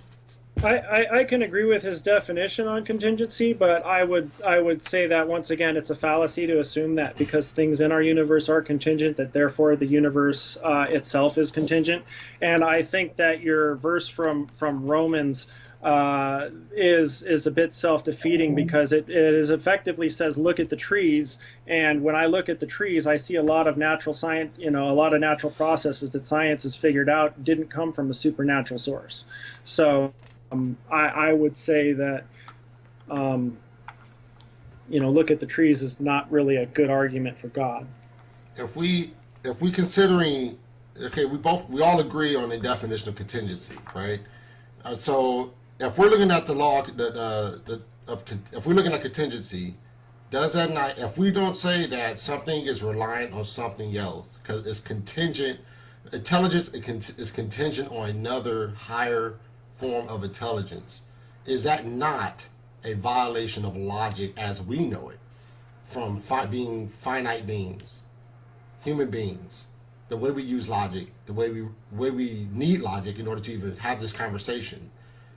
Does that not violate the law of non-contradiction? Is that for me? Say that. Yeah, Trey, go first. Go ahead. Well, yeah. I mean, I use these principles, the principle of proportionate causality. Something cannot impart to something else what it itself does not possess. I cannot impart to my children, for example, the ability to fly like a bird, because I don't have that ability within myself.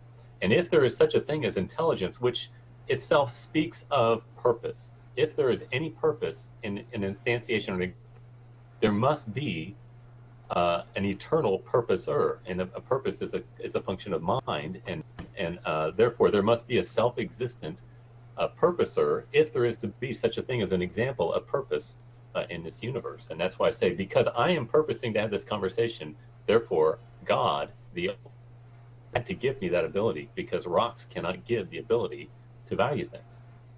Okay, what do you think, Jarrod? I would say intelligence is it arose as a natural process. Is contingent on other life being around at the time and other natural processes. But the fact that my kids might be able to run faster than me because they have better legs than me doesn't mean that that legs are something that everything has that everything has to have and has had to have all throughout evolutionary history. So these things start very, very, very small, and they build up over time. And when we say time, we're talking on the time scale of millions and billions of years. So when we say evolution, 4.3 billion years ago, we had bacteria for 850 million years. Then we have multicellular, and then we have another 3 point some odd billion years of evolution, just to get just to get to where we are today. So I don't think that intelligence has to be contingent on other intelligence. It can be contingent on other things, but it doesn't have to be contingent on other intelligence to happen. Okay. So so it seems like the second half, or probably the latter portion of the discussion, you guys began to talk about morals.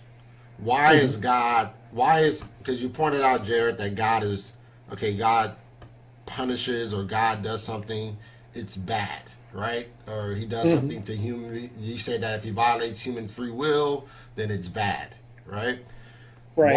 Why is it wrong fundamentally? Why is it wrong to judge? Why is it wrong for God to judge his creation? Why is God to judge his creation? Yeah, according, because you made a statement concerning because why once is it you've wrong for created God a to sentient judge being, his you don't creation? have the right to control it anymore. Say that one more time.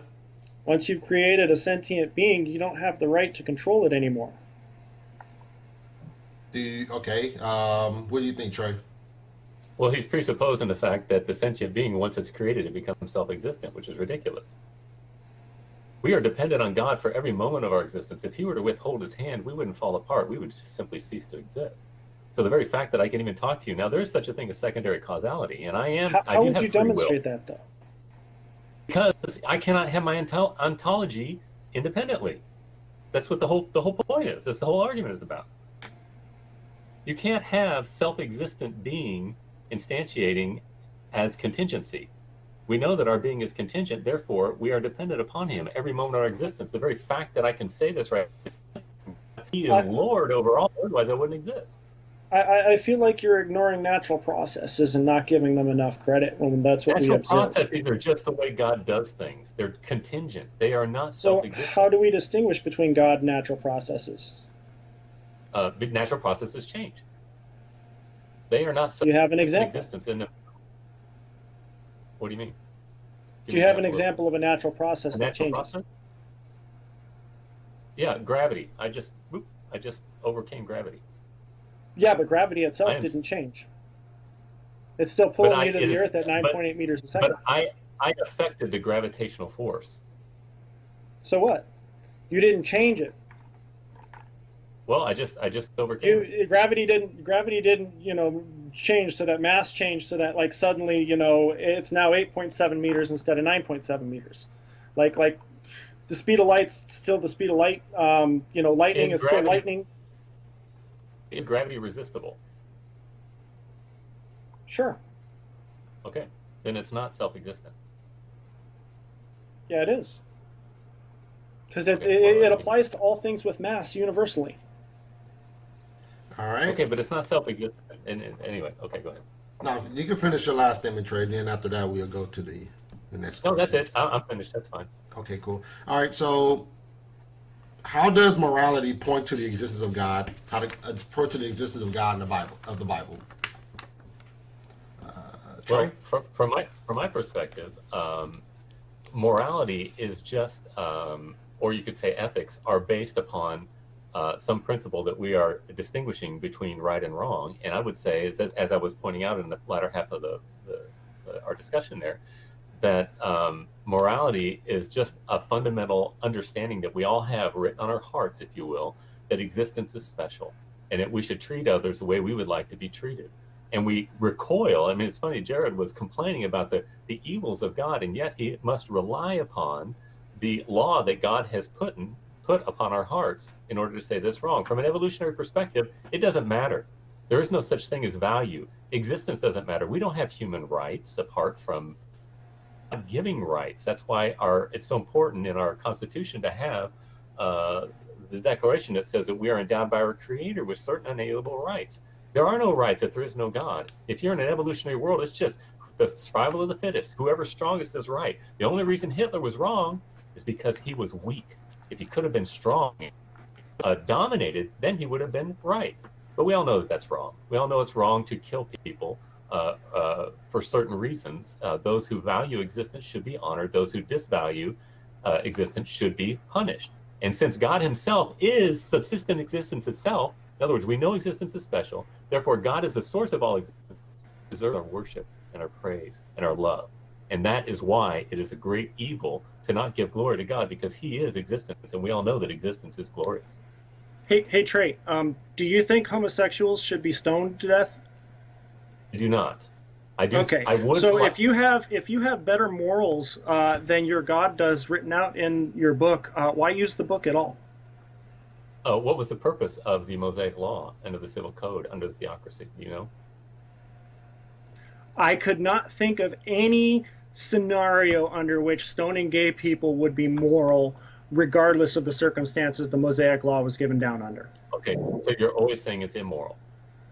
Yes, it is 100% immoral to kill somebody for having a sexual preference you don't agree with. Okay, prove it. Prove it?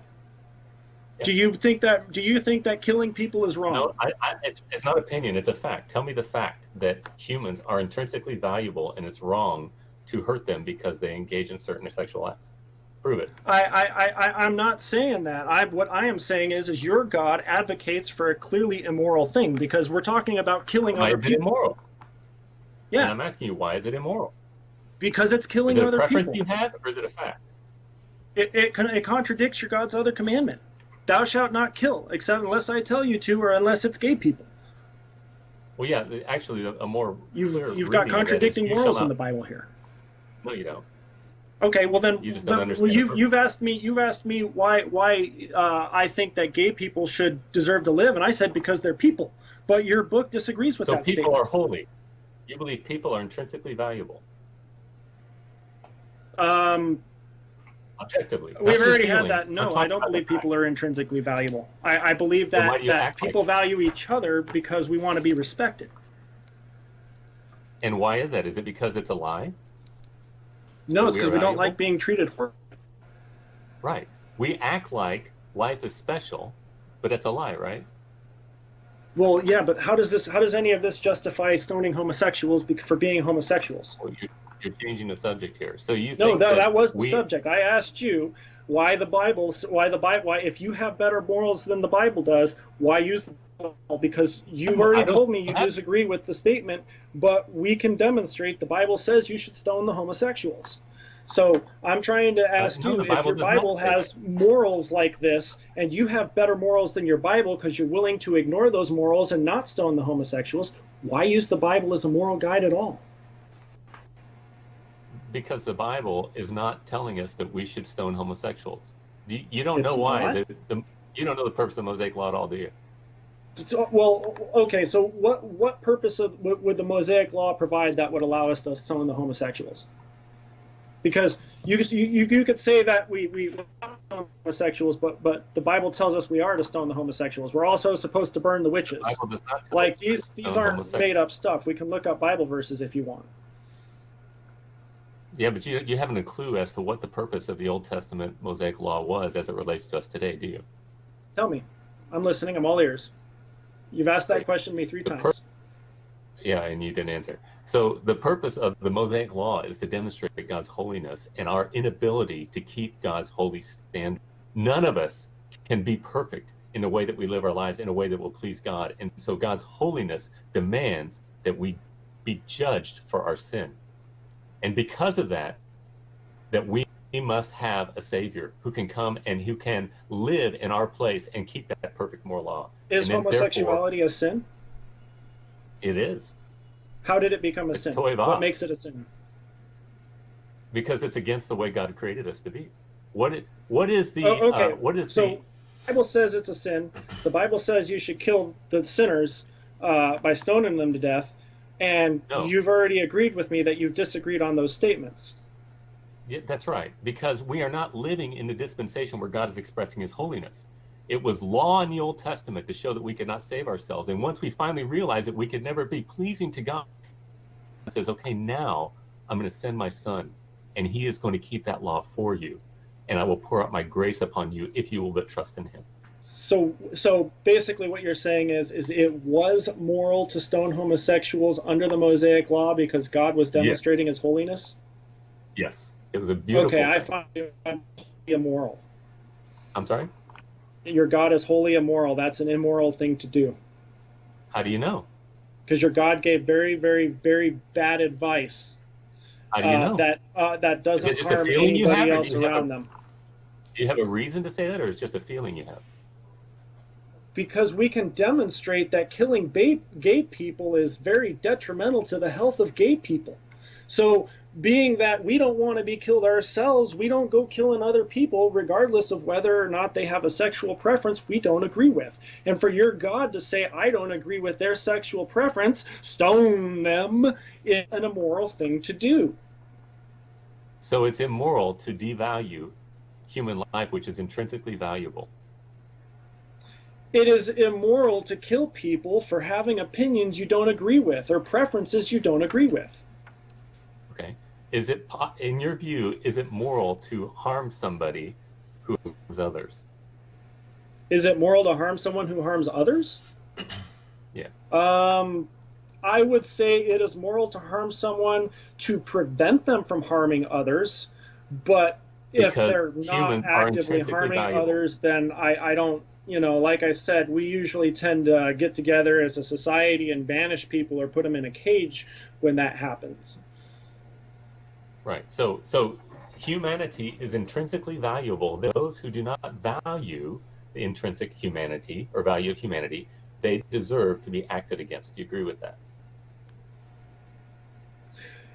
If they're those who don't value it, no, but those who would go against it and try to harm others, yes. Because humans are intrinsically valuable, right? I'll give you that. Humans are intrinsically valuable. Okay. Where did that value come from? We gave it to ourselves. Okay, then it's not intrinsic. Yeah, it is. That's what intrinsic means. It means it's inside of the thing. It is part of the thing. Intrinsic is part of the thing as opposed to extrinsic. Are humans objectively valuable?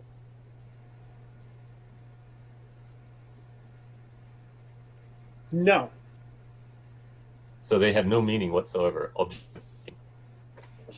Mars doesn't care about humans. The sun doesn't care about humans. Black holes don't care about humans. They're not objectively valuable to anything other than ourselves. Okay. And why do we lie to ourselves and tell us that we are important when it's not true?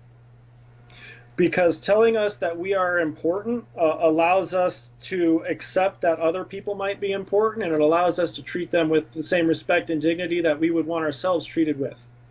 For no reason. No, that evolved over time too. So members of the species that were social and got along together and helped each other, they survived better than the species members that went off and did their own thing and were loners.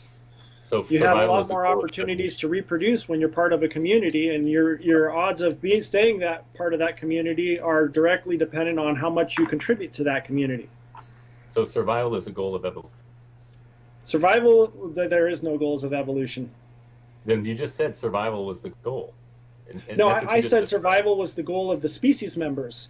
Evolution itself has no goals. Okay, so you are saying that evolution in its practice is teleological, right? It's purposeful. Darwin said, no. On the origin of species by means of natural selection or the preservation of favored races in the struggle for life. He said that there's a struggle for life. Yeah, and there is. Favored That's natural races. selection. So is somebody favored who survives? No, they're favored by the environment. They're favored by their ability to adapt to their environment. So they're favored. But that doesn't necessarily mean good, because one trait might help you survive in the snow, but might be detrimental to you if you're in the desert. So one trait will be passed along in the snow, whereas the other trait would not be passed along in the desert. So there's no goals of evolution or natural selection. All natural selection, all evolution does is say, hey, these are offspring and they're going to be a little bit different from their parent. And all natural selection does is come along and kill off the ones that the environment doesn't find suited for. So is it good to survive? Natural selection just exists as a fundamental fact of reality. I don't understand the question. Well, do you want to survive? Do I want to survive? Yes. Yeah. So it's a good thing for you to survive, right? Yes. for no reason.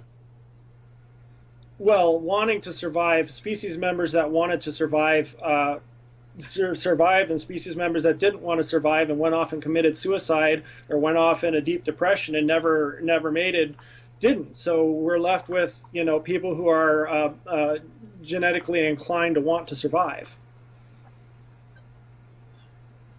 Yeah, okay. Well, it's just a Jadlow story. There cannot be, you can't say that life is somehow valuable and it's sinful to harm people when you say there's actually no reason for it, and it's really not true. Well, yeah, I say there was reasons for it. What I don't understand is what the reason for harming people who have a different preference for you. You know, why is it wrong to harm at all? Moral? Is my question to you, Jarrod. Give me an answer. Why is it wrong to harm people, other than you feel like it's bad? Because we've decided as a society, when we developed morals. Why did we do that, though? What? Why? Why did we do that? Because when we determined that we didn't like to be treated like crap. So we found out that when we didn't treat other people like crap, they were nice to us, and this led to good cooperative behavior. And cooperative behavior was over the generations over loner behavior for our species. Okay.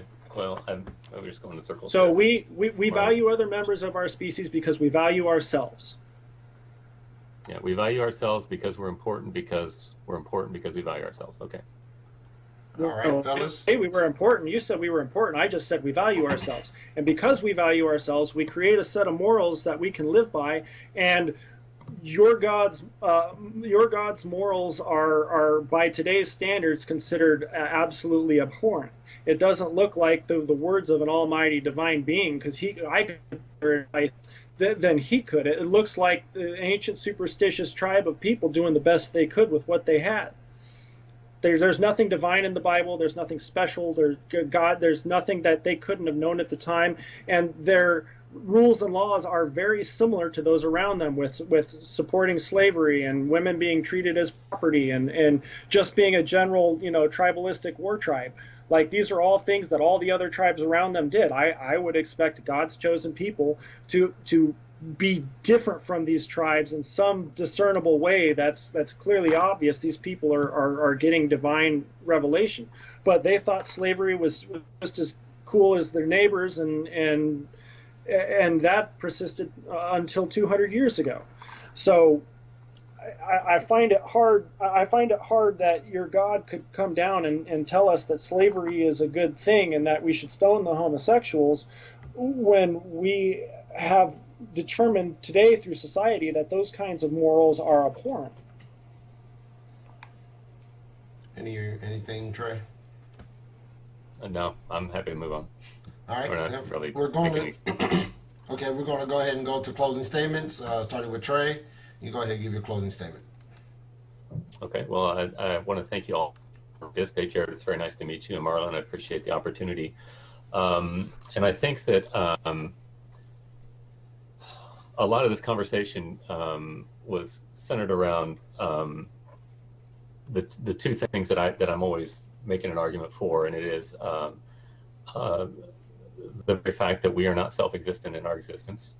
As I gave you the four options, there's only one that really works, and it must be that we are created by something that is self-existent, because dependent existence cannot give itself existence before it is. And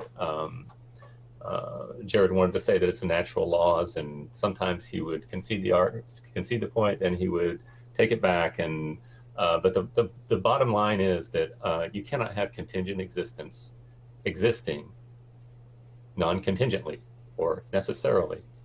And if there is contingent existence, by modus ponens argument, there must be subsistent existence itself that gives rise or gives the ability for us to be able to exist. And then we also fell into the argument we started talking about having instantiation of purpose in this life, which is Romans chapter 2, that we all know that there's a right and there's a wrong, and that life is purposeful and it is important. And if life is important, then it must have been given value by something outside of itself, because we see this universal law that we are supposed to treat others like we want to be treated. And if we don't do that, we know that there's something wrong with them. And even Jarrod was trying to judge God by saying God is sinful. And like, how can God be sinful when there is no moral law by which to judge people? But that's what he was assuming in his argumentation. We tried to flesh that out and didn't make a lot of headway. But anyway, my arguments both from creation and value and existence are both analytical arguments. I did not receive a rebuttal from each one of those, either one of those. Jarrod just basically said, well, evolution did it, and didn't give a reason and did not refute my argument. So I believe that my argument still stands, that contingent existence requires that there be a self-existent creator, and value in our existence requires the valuer who gives us our importance. And from that, I derive my Christian knowledge and my faith, and therefore I don't believe that either one of those arguments were answered. And with that, I will close and say thank you very much. All right, thank you, Trey. Appreciate you for coming on at a moment's notice as well. Thank you so much. Yeah, thank you. All right, Jarrod, go ahead, give a closing statement. All right, thanks for having me on. I did enjoy the conversation there. It's good meeting you guys as well. I did answer his questions, contrary to what he was saying. I just don't think he liked the answers because my answers had a lot to do with natural processes, and his responses had a lot to do with composition fallacies and God of the gaps.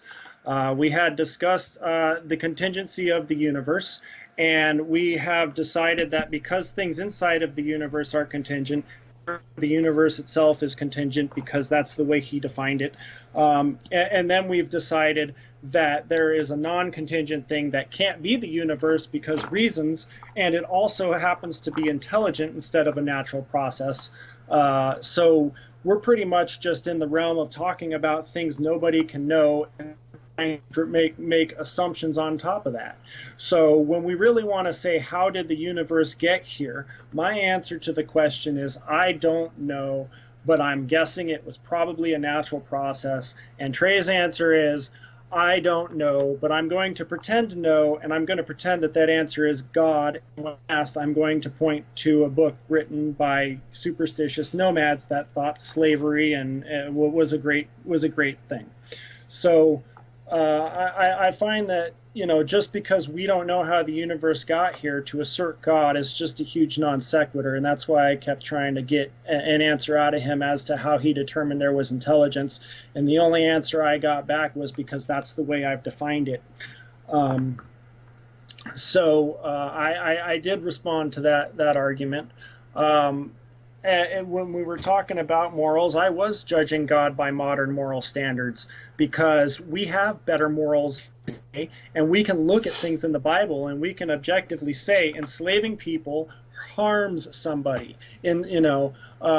stoning people harms somebody. These things are bad. And then we can also say that people are allowed to have their ideas, and harming them because their ideas differ from our own is also bad. Whether you want to talk about stoning gay people, or you want to talk about the Israelites' justification for invading the Midianites or the Canaanites, or whether or not you want to talk about any religion's justification for going over and warring with another religion. We know many things in the Bible are morally bad. We know these things, and we know them because over the last several thousands of years, we've been able to develop a good moral standard that seems to do a good job at contributing to human prosperity. So I feel that I can judge your God on his moral standards for the same reason you probably feel you can judge Allah on his moral standards. You don't think he exists, you think it was a book written by men. So, like, what right do you have to judge the Prophet Muhammad for marrying a 9-year-old because God was full? Well, you would look at that and you would say, well, Allah is not real, so none of the stuff in the book is real. And I have the same argument for you. Yahweh's not real. He's just as made up as Allah. So all of the edicts in there all come from man, and it's very clear that they come from man because these are all edicts that were written by men, and there's nothing divine in them. There's nothing that they could not have known about the time. So based on that, I chucked the Bible into the category of myths, the same place where I put other books with talking snakes and magic and superheroes. And unless somebody can actually demonstrate some evidence that a God actually exists, all we've gotten are gaps in our knowledge. That must be God. We have a composition fallacy. That must be God. And we have a definition that requires God. And we have nothing that tells us how, if any of these things apply to reality. And then we have, who am I to judge God? Well, I'm a much better moral character than God, because I can clearly see things and make changes to the law that would have led to much more human prosperity at the time, and God could his way to do that. So the reason I reject all of the teachings of the Bible is the same reason I reject all of the teachings of the Quran, and you probably reject the teachings of the Quran if you're a Christian. Ask yourself, why do I reject these teachings, and is my book really that much better? Is my book just another one in the mix? Because 2.3 billion Muslims can't be wrong, right? So with that, I think that's a good end of my time, and thank you, gentlemen, for having me on. All right, thank you too. I appreciate you for coming on and engaging this debate. It's always, if you guys only knew how hard it was to get folks who disagree to come on the show and be put out there in the public, man, it's difficult. I'm telling you, it is hard, man. Every day I invite people, and I can't get anybody anymore to do it. I know, man. So it's nice. So, I'll come on your show. All right, cool, man. Yeah, it takes it takes a level of bravery to come on and open yourself up to open critique by both sides, and even people who are on the same side but disagree with your methodology. Trey, you know what I'm talking about, man. So it's so with that, I do appreciate you guys coming on. I do want to bless you guys with a gift, so I will be reaching out to you both to send you a gift. For opening yourself up and being able to take time to come on. So with that said, I'm going to let you two go. I'm going to close this out, and once again, I appreciate you both. All right, folks. Well, that's it. And obviously, we can't close this show without telling the gospel truth. The truth of the gospel is what centers our apologetics. It's what centers our hope for humanity. It's what centers our desire for God to be glorified. And the power of the gospel is Jesus bled and died on the cross of Calvary. And he was buried for 3 days and resurrected with all power. A lot of people tend to forget the resurrection part whenever we talk about the gospel and what happened to Jesus Christ. They tend to just say, oh, he died and he was buried. But we never want to forget the power of the resurrection. The power of the resurrection is what gives those who believe in Christ the power to be delivered from their sins. It's the alleviation of the wrath of God. It's the alleviation from being in dead, dry bones to a living life of eternity with God. And we hope that same gospel will reach the hearts of individuals such as Jarrod, who don't necessarily agree with us, and all those out there, who don't agree. And if you're a Christian and you are watching this debate right now, and you're saying this is good content, I think this might help, my cousin or my unbelieving brother or my unbelieving sister or cousin, mother, or whatever, whoever it is, go ahead and share this content. Go ahead and put it out there so they also can hear this content and hear a good discussion back and forth and see what's going on there.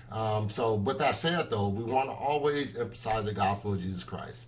And we just hope that, Jarrod hears that gospel and that gospel speaks to his heart. And the Lord shows grace and grants him mercy and grants him repentance in order to come to the true and living God and to the faith that will grant him eternal life. But with that said, I do want to go over some of the upcoming shows. I have Sam Shimon, August 27th, I have Sam Shimon and Adamu coming on.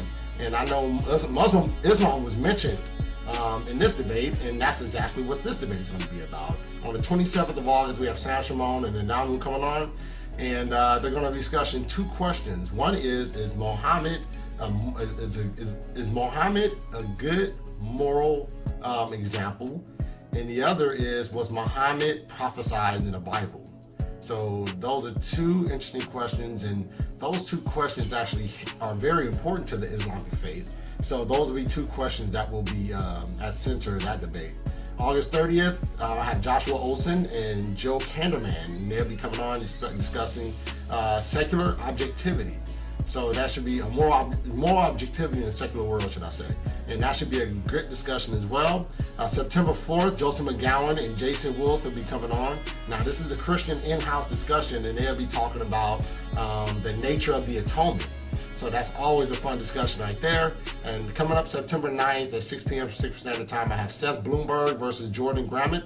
And Seth is a Christian, Jordan is an atheist, and they'll be discussing what worldview has the better account for morality. So that is the next 4 shows. Like I said, I have a whole bunch of shows coming up, and so be on the lookout for those shows for the rest of the announcements. Also, if you can, take time to like, follow, share this information. Like, follow, and share. Subscribe at YouTube, The Gospel Truth, and be on the lookout, because I just signed up for a debate myself, and I'll be debating an individual by the name of Andrew Griffin, and we'll be discussing, does Jesus need to be God in order to atone for sins? So that should be a fun one. So we should go ahead and once again, thank you to Trey, and thank you to Jarrod. I appreciate them both for coming on, and that's all I have for you. Be on the lookout for the upcoming shows. May God bless you. May God keep you. I'm out.